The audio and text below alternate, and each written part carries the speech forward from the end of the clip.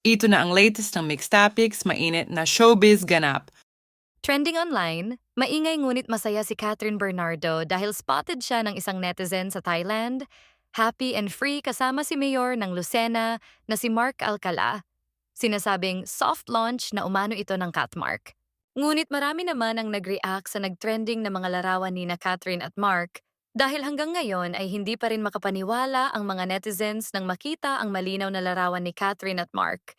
At hindi lang yan magka-holding hands pa sina Mark at Catherine habang bumababa sa escalator ng mall sa Thailand, habang very happy naman si Catherine sa larawan at full smile ang kapamilya aktres. Samantala, marami pa ring mga fans ang hindi makatanggap sa nakikita nila at mukhang hindi boto kay Mark dahil sinasabing AI pa rin umano ang malinaw na kuha ng isang netizen. Kamakailan kasi na mga kumalat na larawan ng rumored couple ay malabo ang kuha ng mga netizens na nakakita kina Catherine at Mark.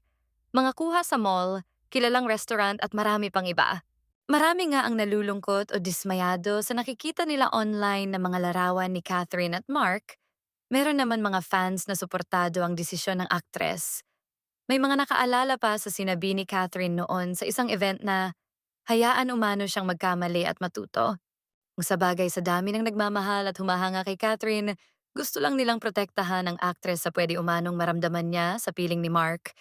Hindi naman kasi masisisi ang mga nagmamahal kay Catherine dahil ayon sa mga balita noon, kasi ay papalit-palit ng mga kasintahan itong si Mayor at hindi masyadong nagtatagal sa isang relasyon daw.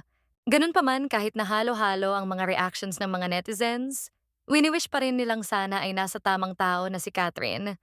Kung matatandaan ayon sa mga report at cheating issue umano ang dahilan ng hiwalayang Katniel noon. Kaya naman sinasabi ng iba na mag-ingat umano siya sa kasalukuyang kasintahan niya ngayon dahil mukhang same history umano sila. Samantala ay pareho na umanong masaya sina Catherine at Daniel dahil may kanya-kanya na silang kasintahan ngayon. Mas layag nga lang si DJ at proud sa kanyang girlfriend na si Kayla Estrada. Samantalang si Catherine umano ay hindi maipakilala sa publiko ang rumored boyfriend nito na si Mark. Ayon naman sa mga netizens, kaya ayaw umano isa publiko si Mark dahil mukhang masisira umano ang promo ng kanyang bagong series na Someone Someday, kasama si James Reid at Maha Salvador. Samantala, hanggang na ngayon ay tikom pa rin ang bibig ni Catherine Bernardo at Mark Alcala kahit na marami ng larawan ang mga kumalat online na magkasama silang dalawa. Mukhang natagpuan na nga ni Catherine ang kanyang happy at safe place sa piling ni Mark Alcala, sabi ng ibang mga netizens. Sana ay hindi umano siya saktan ni Mark.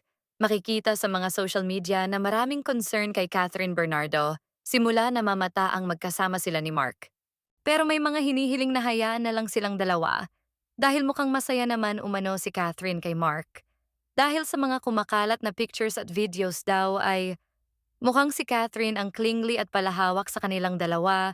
Makikita din na masaya si Catherine sa mga larawan kasama ang kanyang team na laging nakasuporta sa aktres. Deserve naman kasi ni Kath na sumaya sa piling ng lalaking pinili niyang mahalin at kasama. Sa ngayon ay let's be happy for Catherine and wish them good luck. Sino sa tingin mo ang mas bagay kay Catherine? Ano ang masasabi mo dito?